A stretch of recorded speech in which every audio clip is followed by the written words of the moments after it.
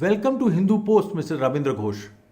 Mr. Rabindra Ghosh is a senior lawyer working in Bangladesh for human rights violations against minorities. He has come to India and we thought this was a wonderful opportunity to talk to him and find out what is happening to the minorities of Bangladesh. Mr. Rabindra Ghosh, sometimes it is said that there is a deafening silence in the world for the minorities of Bangladesh who are silently suffering atrocities. Is it true or it is just a cliche? Actually, it is true. There are so many atrocities against the minorities after the liberation of Bangladesh. Liberation was done in the year 1971. But it is unfortunate that in the year 1972 there was a constitution. There were 4 principles in the constitution and that has been abrogated. Islam is a state religion has been inserted in the constitution and Bismillah Rahman Rahim has been inserted in the constitution. After that, atrocities against the minorities are going on. Has there been any word of protest from the Indian government of India against the Islamization of Bangladesh? Yes, there is a protest once upon a time when Advaniji and also Atal Bihari Vajpayee was in power at that time. There is a protest only. But there is no change in the administration. But the present External Affairs Minister of this government in India, she says that the population of Hindus in Bangladesh is rising. This is good news. It is not at all correct. We have our documentation. The percentage of Hindu population is declining and declining. Is there any sign of rising the population? What is the status? We have got our status. But she is telling that there is a status that Hindu population is growing and growing. But the percentage of the Hindu population 9.3 point or 4. Then we are looking that this is not actually a true picture. We like to say the atrocities against the minorities are increasing. We have gone to the United Nations. We have gone to the higher authority. We have gone to the Indian Embassy at Dhaka. We have gone to the Home Minister of India, Prime Minister of India many times.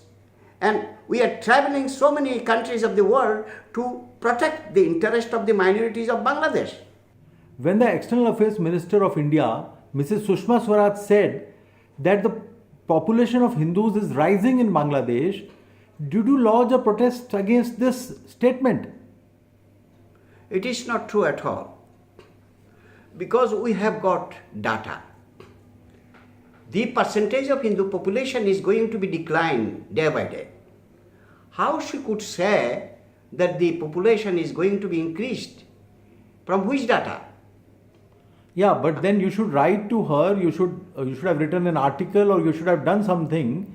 If you do not protest, then how these doubts will be cleared? Day before yesterday I told to L.K. Advaniji, this time. This only the day before yesterday I met with him and I said how and when Sushma Swaraj found this fact the Hindus are going to be increased in Bangladesh. What did he say? She became astonished. He said, he told me whether she said or not. Then I replied, it is she said. It is absolutely incorrect. We have got data. Due to atrocities and also other human rights violations. So why don't you give a note to the government of India about human rights violations in Bangladesh against Hindus? Yes. Have you submitted a note to them? Yes. Have you submitted a report?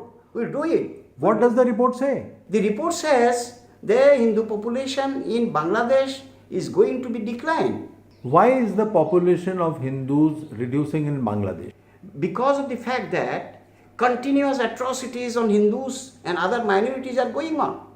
Their houses are being burned, their houses are being grabbed, their lands are being grabbed by the Islamic perpetrators. And so many cases have been filed, but police has not yet taken any steps to recover the properties.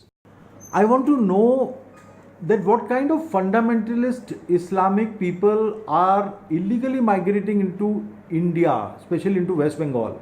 What is happening?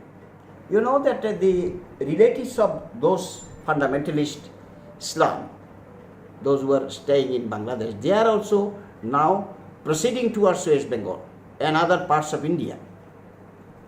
And they are not coming back from India to Bangladesh again. We cannot say why they are not coming back again. Without any lawful authority, they are entering into the premises. They are not coming back to Bangladesh again. There is something behind it. And what about the secular people in Bangladesh? Do you find them, the people who love Bangla language very much, and they are not that much fond of Urdu? So what do you think about that? You know, there is a school of thought which thinks that if you go deeper into Bangla, then there is some hope for that part of the world. You know that we got Bengali language after severe fighting, and Bengali language has been achieved in the year 1951. Then the objectives of the people are that our Bangla Bhasha will be the main language in our country, and that has been done. So many people sacrificed for the cause of this. And Bangla language, if the Bangla language stays in Bangladesh, and it is a better future for us, and it will be a better future for us, there will be no Urdu in course of time. There is an Urdu movement going on in Bangladesh at present? No, at present there is no Urdu movement. But there is a problem is that there is a chair has been chaired by this government, that is the Indian government. Yeah, ICCI. At Dhaka. Yeah, please tell about that. There is a chair which has been sponsored by the government of India on Urdu. Urdu. Yes. Urdu. That is true. What is the future of Hindus living in Bangladesh? Should they come to India? Should we exchange them with the Bangladeshi infiltrators who have come here and we want to throw them out of India? So should we exchange the Bangladeshi Hindus with these people? Some kind of a transfer of population? No. Most of the Hindus says that they like to stay there. But when their daughters are being raped, when their daughters are being kidnapped, when their daughters are being converted to Islam, they are not able to protect them and they want to stay there. Why? No, the law and order situation is, if the law and order situation is controlled by the government. Do you think there is any hope? Yes, hope. I think there is a hope. How? Because if the government is secular, then it is possible. Otherwise, which government is secular? Which government will come? This government, that is now the present government, is secular, no doubt. But the problem is that the ministers and the members of parliament and also bureaucrats. No, but on what basis you are hoping that some secular people will come to power? It is very uncertain. I cannot say like this. So then why are you not advocating the complete transfer of population between India and Bangladesh? Let us send all the Bangladeshi infiltrators back to Bangladesh and please give us back the Hindus. You have been always advocating, I have been talking to you for many years, you have been advocating that Bangladeshi Hindus should stay put in Bangladesh. And you are not able to protect them from rapes, you are not able to protect them at all. Yes. If the government do not protect it, then we'll have to do it. If means you have some hope or what? Yes. On what basis you are having this hope? Because of the fact that some people have become angry in the meantime in our country. They want it, and even the secular people also want that. Some secular people. Can you give some examples of the names of people? Yes, some people I can say in our country, Jatiyo Party is there. They are also saying like this. Even what are they saying? They are saying yes, there should be a consensus between India and in Bangladesh, because Bangladesh came into existence with the help of India. Only for that reason, we want peace in the country. We need a peaceful coexistence. No, Hindus need peace in your country. Yes. Hindus need peace. Muslims are already at peace. They are having no problem. No problem. So how the Hindus will get peace? That is the question. Who will fight for them? If they come to India, yes, without any land, without any territory, how they can come here? You see, there are 40 lakh listed already in the register in Assam, which need to be moved to Bangladesh. Majority of them will be moved to Bangladesh. So they can be exchanged with Hindus who can come back here, because there will be a register which will be prepared for Bengal also, West Bengal also. So your infiltrators can be sent back and we can get our Hindus here in Bangladesh, in West Bengal. That is impossible, because if it is done, then there will be another riot in the country. So you want to maintain the status quo. You want these Hindus to stay there, put their girls at risk, or you don't want to fight it out and come back? No. The girls should not be raped. The girls should stay there with peaceful coexistence. Otherwise not. See, even when a senior lawyer like you, who is living in Dhaka, you cannot protect your own property, how do you expect those poor people living in a village to protect themselves? That is correct. How it is possible? Is it possible on the part of India?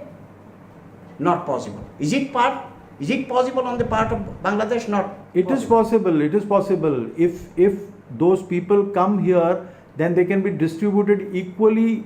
Do you think that a complete transfer of population can take place where the infiltrators sent to Bangladesh and the Hindu minorities of Bangladesh are sent to India? It is our opinion. Our opinion is that percentage of population is declining day by day in our country due to atrocity and also other human rights. Percentage of Hindus? Yes, in case of Hindus.